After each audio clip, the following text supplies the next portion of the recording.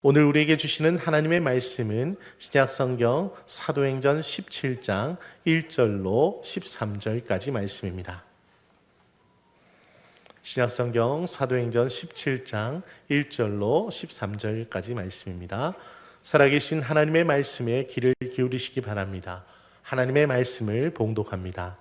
그들이 암비볼리와 아볼로니아로 다녀가 데살로니가에 이르니 거기 유대인의 회당이 있는지라 바울이 자기의 관례대로 그들에게로 들어가서 새 안식일에 성경을 가지고 강론하며 뜻을 풀어 그리스도가 해를 받고 죽은 자 가운데서 다시 살아나야 할 것을 증언하고 이르되 내가 너희에게 전하는 이 예수가 곧 그리스도라 하니 그 중에 어떤 사람 곧 경건한 헬라인의 큰 무리와 적지 않은 기부인도 고난을 받고 바울과 실라를 따르나 그러나 유대인들은 시기하여 저자의 어떤 불량한 사람들을 데리고 때를 지어 성을 소동하게 하여 야손의 집에 침입하여 그들을 백성에게 끌어내려고 찾았으나 발견하지 못하매 야손과 몇 형제들을 끌고 읍장들 앞에 가서 소리질러 이르되 천하를 어지럽게 하던 이 사람들이 여기도 이르매 야손이 그들을 맞아 들였도다. 이 사람들이 다 가이사의 명을 거역하여 말하되 다른 임금 곧 예수라 하는 이가 있다 하더이다 하니 무리와 읍장들이 이 말을 듣고 소동하여 야손과 그 나머지 사람들에게 보석금을 받고 놓아주니라. 밤에 형제들이 곧 바울과 실라를 베레아로 보내니 그들이 이르러 유대인의 회당에 들어가니라.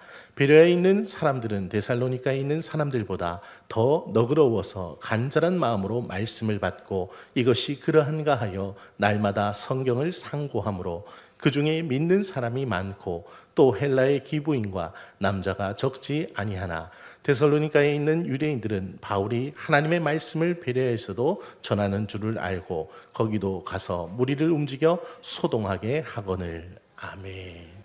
오늘 호사나 찬양대에 임명된 이미진 성도님 잘 모르시죠?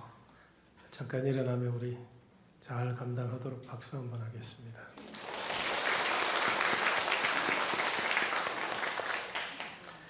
성령 강림 후 17째 주일이며 10월 첫 주일입니다. 내일이 추석입니다.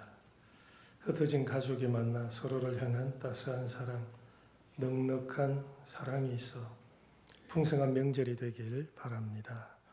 기쁘고 즐거운 교제와 추억을 쌓는 명절이길 바랍니다. 서로 함께하기에 마냥 좋고 행복한 명절이길 바랍니다. 그동안 살아온 이야기를 도란도란 나누는 이야기꽃이 피고 그 이야기가 모여 울창한 숲을 이루고 서로를 위해 기도하고 앞날을 축복하는 거룩한 명절이길 바랍니다. 거룩한 주일 구원의 하나님을 잊지 않고 기억하며 감사로 예배하는 성도에게 영존하신 하나님의 풍성한 사랑과 은총이 충만하길 축원합니다. 빌립보를 떠나 데살로니가에 도착한 바울은 유대인의 회당에서 새 안식일에 성경을 가지고 강론합니다. 성경의 뜻을 풀어 설명합니다. 복음을 전하는 것은 성경을 가지고 그 뜻을 풀이하는 것입니다. 유대인들은 구약 성경을 알고 있습니다. 그들은 하나님께서 그들을 구원하기 위해 보낼 구원자를 기다리고 있습니다. 그런데 이들은 그리스도가 오셨는데 그리스도가 오신 것을 알지 못합니다. 그래서 바울이 그리스도가 해를 받고 죽은 자 가운데서 다시 살아나야 할 것을 성경을 가지고 풀어 주었습니다. 그리고 내가 너희에게 전하는 이 예수가 곧 그리스도라 증거합니다. 이것은 아테네에서도 동일합니다. 22절과 23절에 바울이 아레오바고 가운데 서서 말하되 아덴 사람들아 너희들을 보니 범사의 종교심이 많도다. 내가 두루다니며 너희가 위하는 것들을 보다가 알지 못하는 신에게라고 새긴단도 보았으니 그런즉 너희가 알지 못하고 위하는 그것을 내가 너희에게 알게 하겠다라고 시작해서 우주 만물을 지으신 분이 하나님이시다. 그 하나님이 손으로 지은 전에 계시지 않는다 설명합니다. 우리는 그리스 로마 신화를 잘 압니다. 무수한 신이 있고 그 신들을 섬기는 신전이 로마 제국 곳곳에 세워져 있으며 그곳에서 제사를 지냅니다. 그래서 바울은 우리 하나님은 무엇이 부족한 것처럼 사람의 손으로 섬김을 받는 것도 아니고 사람의 손으로 지은 신전에 있는 것도 아니다 말합니다. 이처럼 바울은 성경을 가지고 하나님이 세상을 창조하셨고 만물을 창조하신 하나님이 어떤 분인가를 강론하였습니다. 바울은 베레아에 이르러서도 유대인에 해당해서 성경을 풀어 설명합니다.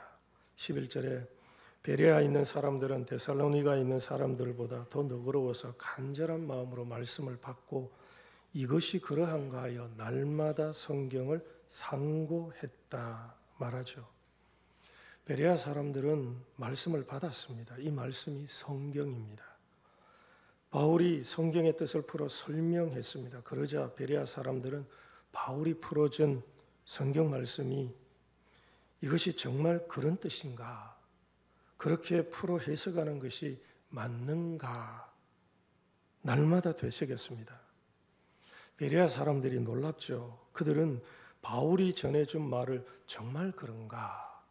하나님께서 세상을 창조하신 것이 맞는가? 상고하는 거죠. 공동번역은 연구했다라고 합니다. 그들은 바울이 전한 말씀, 풀이한 말이 합당한가를 연구하고 묵상함을 통해서 믿는 자가 되었습니다. 이들은 처음부터 예수를 믿는 자가 아니었습니다. 하나님의 말씀을 듣고 그것을 마음에 받아들이고 상고, 즉 묵상하고 연구하는 가운데 믿는 자가 된 거죠. 그들에게 믿어지는 일이 일어나게 된 겁니다. 우리나라 개신교 역사 처음에 이런 일이 있습니다. 우리나라 개신교 역사의 최초의 신앙 고백서, 나 예수 믿는다고, 예수가 그리스도라고 이 신앙 고백서를 낸 사람이 이수정입니다.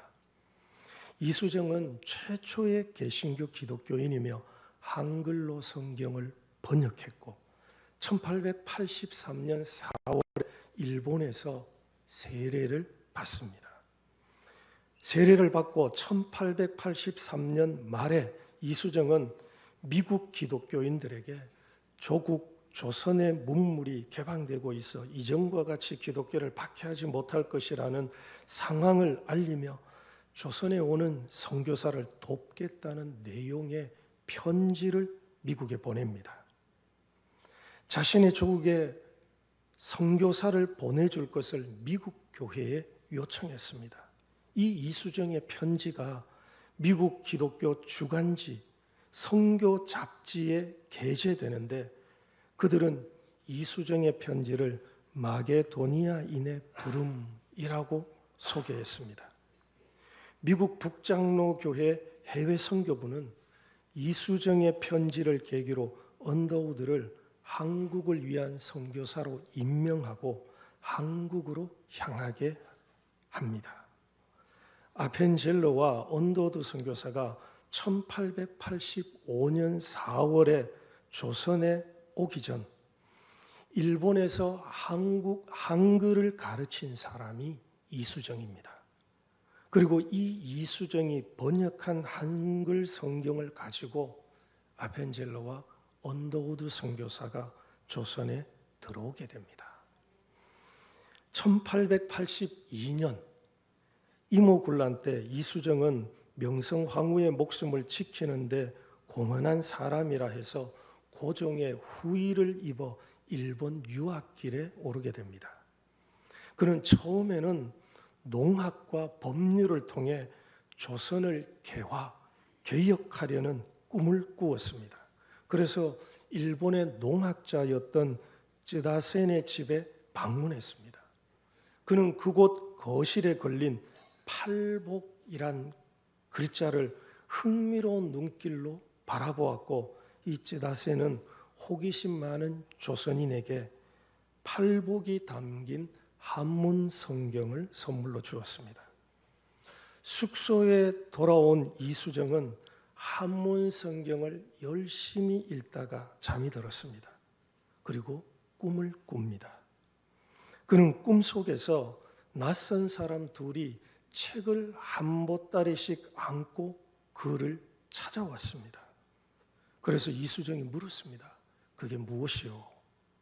그러자 당신 나라 조선에서 가장 귀한 책이요 라고 대답합니다. 이수정이 다시 무슨 책이요? 라고 묻자 성경이요 라고 말했습니다. 이수정은 이후에 성경을 더욱 탐독했고 성경을 읽고 배우면서 예수님을 믿기로 하고 세례를 받습니다. 처음에는 농업과 법률을 통해 조선을 깨우치려 했던 이수정이 이제는 성경을 통해 조선을 건지고자 했습니다. 그는 성경을 한글로 번역해 그가 꿈꾸었던 대로 성경을 가득 안고 조선으로 돌아왔습니다. 성경을 읽고 공부하고 연구하면서 이수정의 인생이 바뀌었습니다. 예수를 믿는 구원받은 인생이 된 거죠. 그렇습니다. 우리도 하나님의 말씀을 받고 상고해야 합니다. 베레아 사람들처럼 이것이 정말 그러한가? 성경을 연구해야 합니다. 그렇게 성경을 받고 상고함으로 믿는 사람이 많아졌다라고 하죠.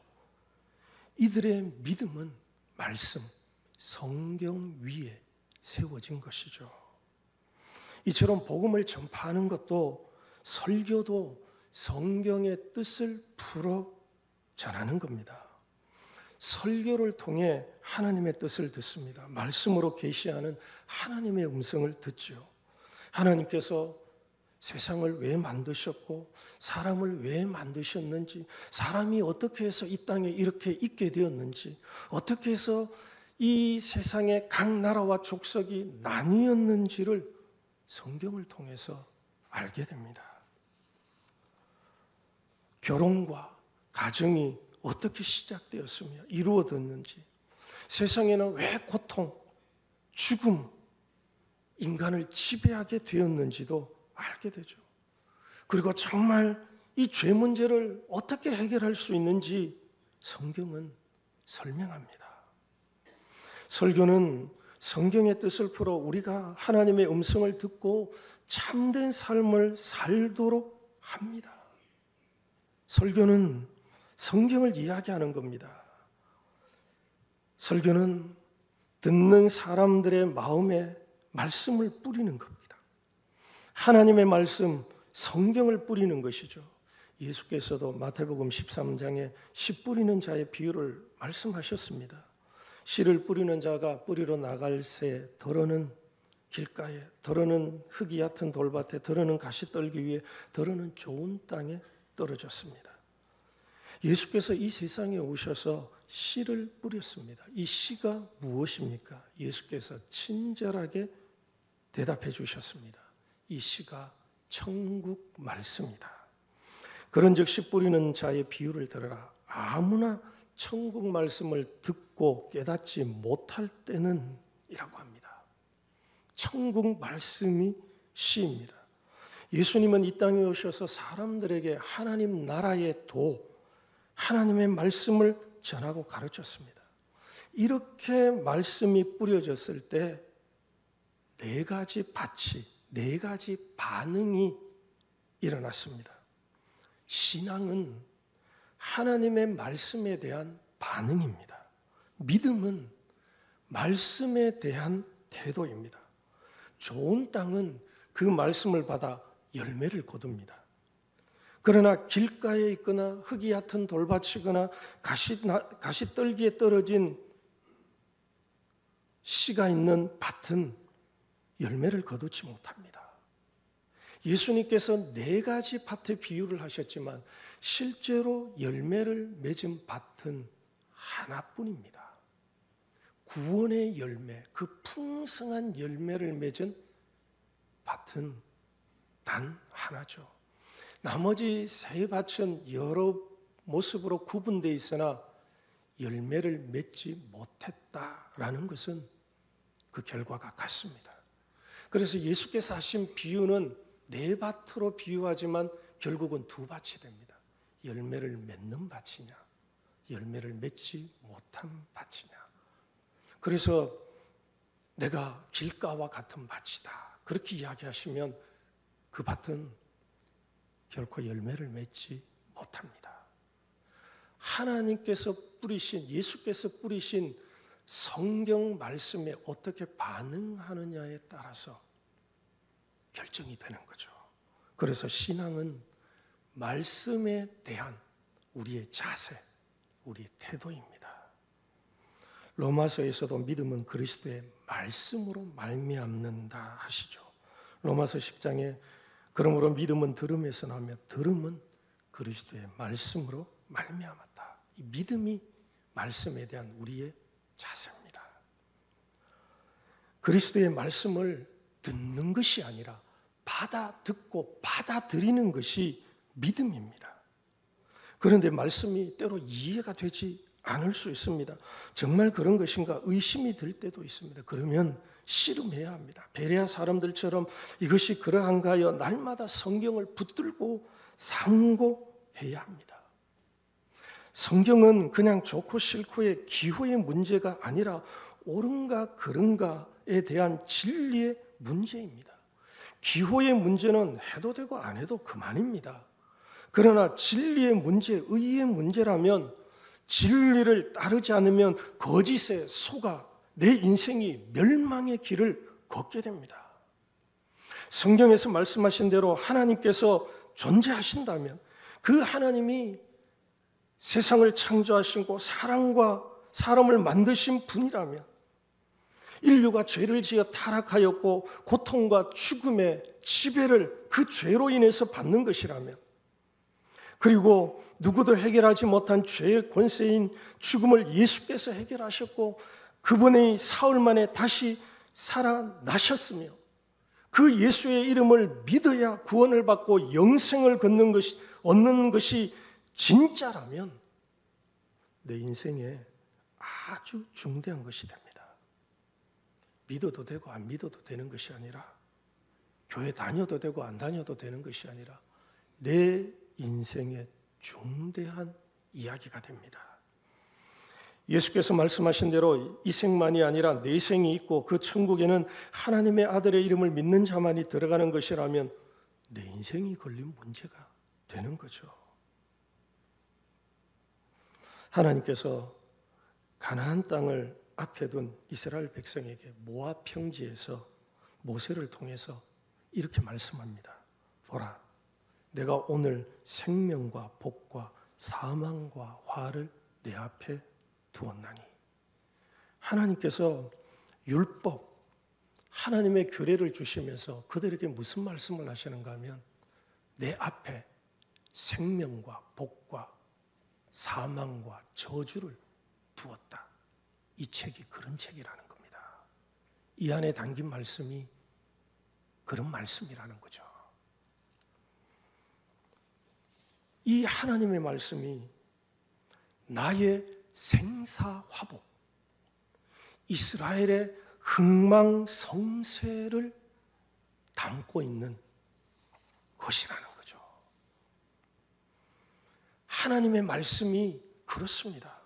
따라서 성경 말씀이 정말 그러한가 파고 들어가야 합니다.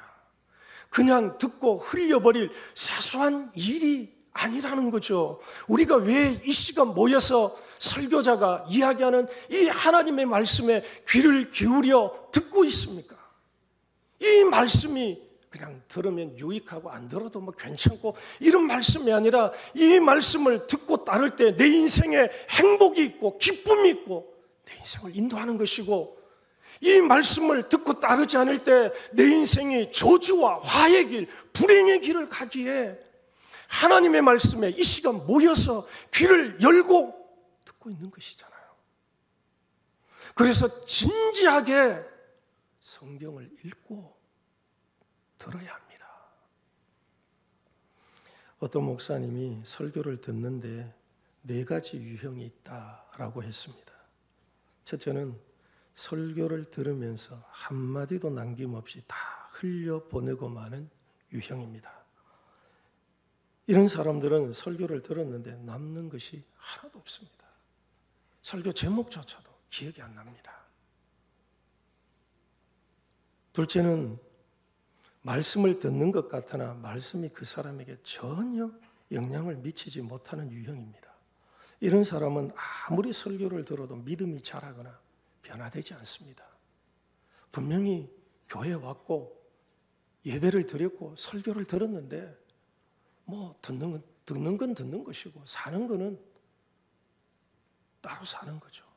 이런 사람들은 아무리 교회에 오래 다녀도 그 믿음이 자라거나 그 인생이 변하지 않습니다. 우리 그런 말 하죠. 교회 오래 다녔는데 왜 저 사람 아직까지 저럴까? 들었는데 따로 사는 겁니다.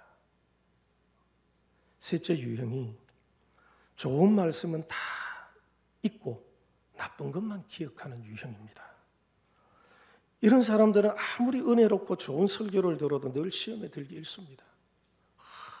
뭐 어순이 틀린 것, 문법이 조금 다른 것, 목회자 이 넥타이가 삐뚤어졌는 것, 오늘 머리 모양은 왜 저래? 이런 것만 기억하는 거죠. 나쁜 것만 기억하는 겁니다. 아무리 좋은 하나님의 말씀이 들려도 이런 것만 남아서 비판하고 정죄하고 그렇게 되는 겁니다. 마지막으로 4번째 유형은 내게 주시는 좋은 말씀은 기억하고 순종하는 유형입니다. 이런 사람은 하나님의 말씀을 듣고 정말 여러 이야기가 되지만 그 하나라도 붙들어서 그 말씀으로 순종하며 사는 사람인데 이 사람의 믿음이 아름답게 성장합니다. 그러면 우리는 이 4가지 유형 중에 어디에 속할까요? 여러분 몇째입니까? 베레아 사람들은 하나님의 말씀을 듣고 흘려보내지 않았습니다. 듣고 그냥 그렇구나 지나가지 않았습니다. 베레아 사람들은 이것이 그러한가 하여 날마다 성경을 상고했습니다.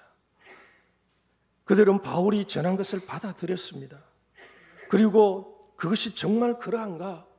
왜 우리가 예수를 믿어야 우리의 죄가 속함을 받습니까? 꼭 예수의 이름을 믿어야 우리가 구원을 받는 겁니까? 다시 질문하는 겁니다. 그렇게 그들이 날마다 성경을 상고했고 성경을 상고하면서 믿음을 가지게 된 것이죠. 목사들이 강단에서 전하는 것이 무엇입니까? 인생의 성공 전략, 마음의 감동을 주는 101가지 이야기, 뭐 이런 이야기를 전하는 것이 아니라 하나님께서 보내신 예수께서 우리 인생의 죄를 해결하실 유일한 구원자임을 전하는 겁니다. 그리고 예수의 말씀으로 살아야 합니다.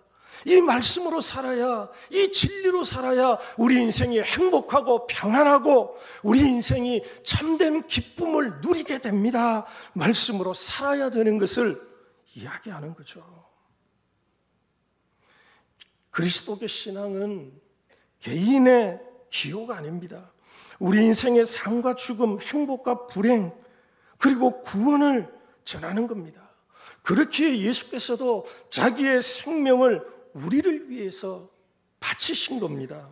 십자가에서 내려오라고 비아냥거리고 모욕해도 예수께서 십자가에서 내려오지 않고 기어이 자기의 생명을 대속물로 주신 것은 그분이 죽지 않고는 우리의 죄를 대속할 방법이 없었기 때문이죠. 살 수 있는 길이 있음에도 우리를 사랑하사 십자가에 자기 목숨을 주셨습니다. 그래서 우리는 예수께서 길이요 진리요 생명이며 예수의 말씀이 우리 인생의 진리임을 전하는 겁니다.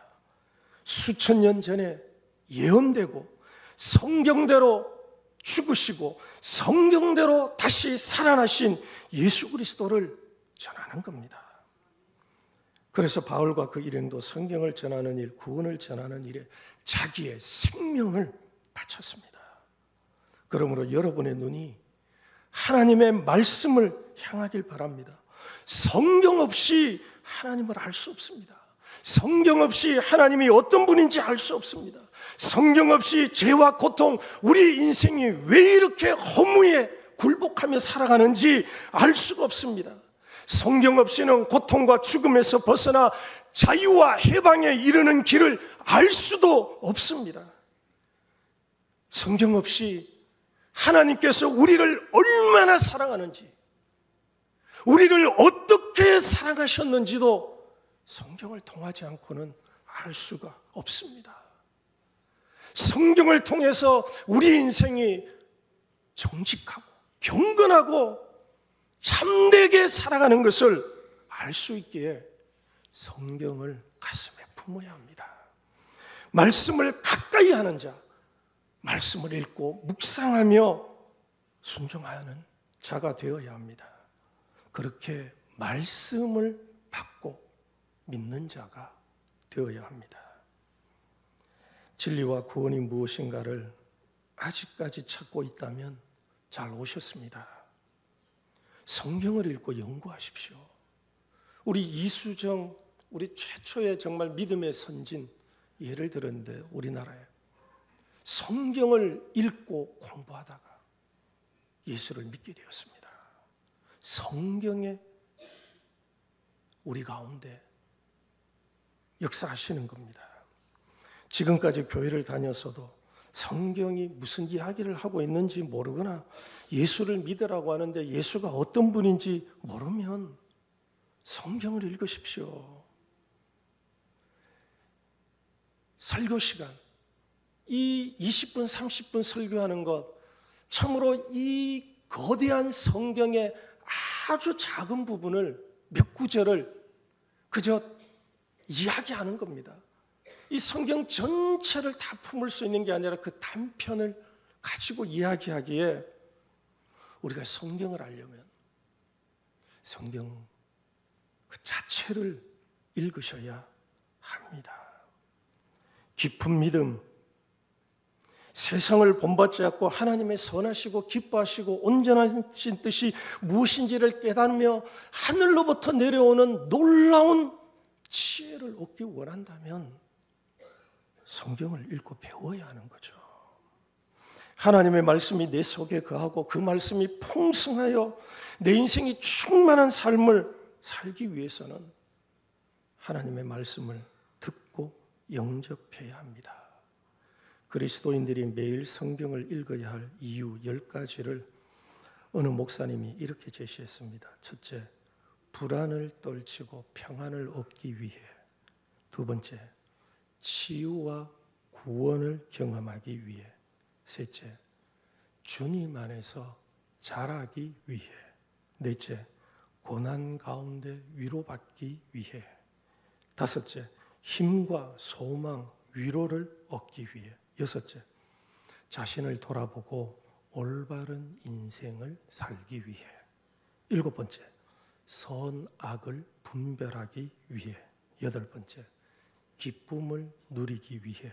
아홉 번째, 믿음을 쌓기 위해. 열 번째, 하나님께서 나를 얼마나 사랑하시는지를 알기 위해. 각 항목마다 성경 구절이 있습니다. 이것보다 더 많은 성경을 읽어야 할 이유가 있죠. 말씀을 읽고 순종하면 우리 인생이 달라집니다. 여러분, 예수를 믿으면서 우리 인생이 달라졌잖아요. 구원받은 인생이 하나님께서 주시는 은혜와 복, 그리고 기쁨과 평안을 누리고 살기 위해서는 하나님의 말씀을 읽고 순종해야 합니다. 읽고 순종할 때 우리 인생이 달라지는 겁니다. 풍성한 생명을 얻고 살게 되고 기쁘고 행복한 인생을 누리게 됩니다. 고난과 시련이 닥쳐오죠. 그러면 이 고난과 시련을 헤쳐나가고 승리할 수 있는 능력이 말씀을 읽고 순종하는 사람에게 임하는 겁니다.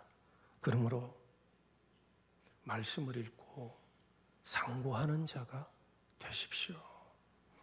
사랑하는 여러분, 바울은 성경을 가지고 강론했습니다. 그리스도인은 성경을 말하고 성경을 전해야 합니다. 우리끼리 모였을 때도 성경을 이야기하고 하나님께서 이 말씀을 내게 어떻게 주시고 깨닫게 하셨는지, 이 말씀으로 살았을 때 하나님께서 내 인생을 어떻게 인도하시고 어떻게 변화시키시고 어떤 능력으로 바꾸셨는지, 이런 이야기가 일어나야 하는 거죠.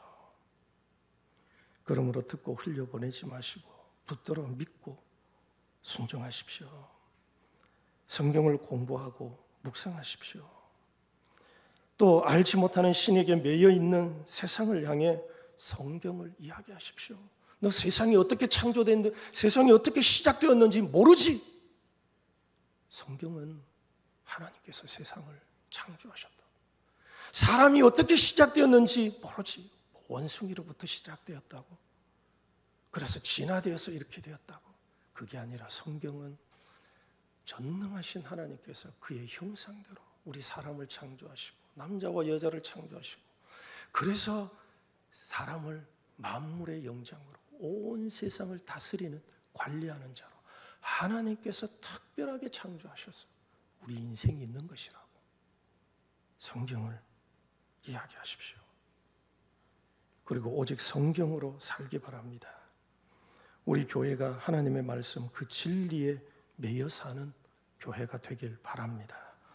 그래서 오직 말씀, 오직 성경으로 사는 충만한 성도, 교회가 우리 교회이기를 축원합니다. 오늘 말씀을 기억하며 기도하겠습니다. 여러분, 말씀을 읽으셔야 합니다. 오래전부터 성경을 읽고 성경을 들어서 다 아는 것 같으나 모릅니다. 제가 그렇습니다. 오랫동안 설교하고 오랫동안 성경을 연구해도 저도 아직 모릅니다. 그래서 하나님 앞에 엎드립니다. 말씀을 읽습니다. 묵상합니다. 말씀 없이 어떻게 우리의 신앙생활이 지속될 수 있을까요? 말씀 없이 어떻게 우리가 하나님께서 얼마나 나를 사랑하시고 나를 향하신 하나님의 뜻이 어떤 것인지 알 수 있을까요? 성경을 읽어야 합니다. 그래서 이 가을, 책 읽기 좋은 가을, 하나님 마음으로 진심으로 성경을 읽겠습니다. 그 결단을 하시고, 그리고 우리 종국동교회 예배당 건축이 시작되었는데 하나님, 설계하는 이들을 성령으로 감동시켜 주시사 그들의 모든 설계를 온전하게 이룰 수 있도록, 또 우리 수고하고 섬기는 건축위원들을 위해서 이러한 기도 제목으로 우리 1, 2분 정도 함께 소리내어 기도하겠습니다. 거룩하신 하나님의 이름을 높이며 오늘도 이 시간 마음을 찢고 무릎을 꿇으며 하나님께 영광을 돌립니다. 나의 왕, 나의 주님, 내 모든 것으로 우리 하나님을 높이고 섬기는, 예배하는 이 자리가 되게 하여 주시옵소서. 오늘 말씀과 같이 하나님 말씀을 듣는 자가 되게 해 주십시오. 아버지, 저를 목사의 직분으로 세우셨사오니 하나님의 말씀, 성경을 가지고 강론하는 자가 되게 도와주십시오. 하나님의 말씀이 가장 권위가 있으며 참으로 그 말씀이 사람의 심령 골수를 찔러 쪼개며 우리의 마음에 있는 모든 것을 드러내는 것을 믿습니다. 하나님의 말씀이 내 발의 등불이요 내 길의 빛임을 믿습니다. 하나님의 말씀을 읽지 않고 그 말씀대로 살지 않으면 하나님, 내 인생에 온갖 우울하고 불행하며 더럽고 추악한 마귀가 아버지 우리를 노리며 공격하여서 하나님 우리의 삶을 불행으로 이끄는 것임을 압니다. 그러므로 말씀을 읽게 하여 주시옵소서. 사무엘과 같이 말씀에 귀를 기울이게 하고 그 말씀을 따라 사는 자가 되도록 주님 인도해 주시옵소서. 그리고 이 말씀을, 하나님 주신 이 말씀을 사람들에게 전하며 이 말씀을 가르치는 예수의 사람이 되게 하여 주옵소서. 명절을 맞습니다. 흩어진 가족들이 모여 한 자리에 모일 때 하나님 예수의 사랑, 예수의 은혜가 충만하게 도와주시고, 혹 가족들 가운데 예수님을 떠나거나 예수를 믿지 않는 심령들이 있다면 하나님께서 그들의 마음을 두드려 주시고 그들의 마음을 만져주셔서 그들이 심령을 열어 예수께로 나올 수 있게 하심으로 온 가족이 다 주와 주님을 믿는, 예수 믿는 가족이 되어 되어지도록 주님 역사하여 주시옵소서. 아버지, 평안하고 행복한 추석 명절이 되게 하시고 모이기에 기쁘며 감사한 추석이 되게 하시며 예배의 제단을 쌓음으로써 하나님께 영광을 돌려드리는 추석이 되게 하여 주시옵소서. 하나님, 우리 중곡동교회 예배당 건축을 위해서 기도합니다. 여기까지 이르게 하심을 감사합니다. 이제 아버지, 설계 2달째를 맞이하며 우리 설계를 진행하는 모든 이들의 성령의 감동으로 역사하여 주셔서 그들이 우리 중곡동교회 예배당 하나도 놓치지 아니하며 실수하지 아니하며 온전하게 설계할 수 있도록 주님 도와 주옵소서. 특별히 우리 앞서 수고하는 건축위원들을 기억하여 주시고 그들의 눈물과 땀, 헌신을 통하여서 우리 중곡동교회가 온전히 세워지는 것을, 주님의 영광을 보게 되는 우리 중곡동교회 되게 하여 주시옵소서. 예수님 이름으로 기도합니다. 아멘.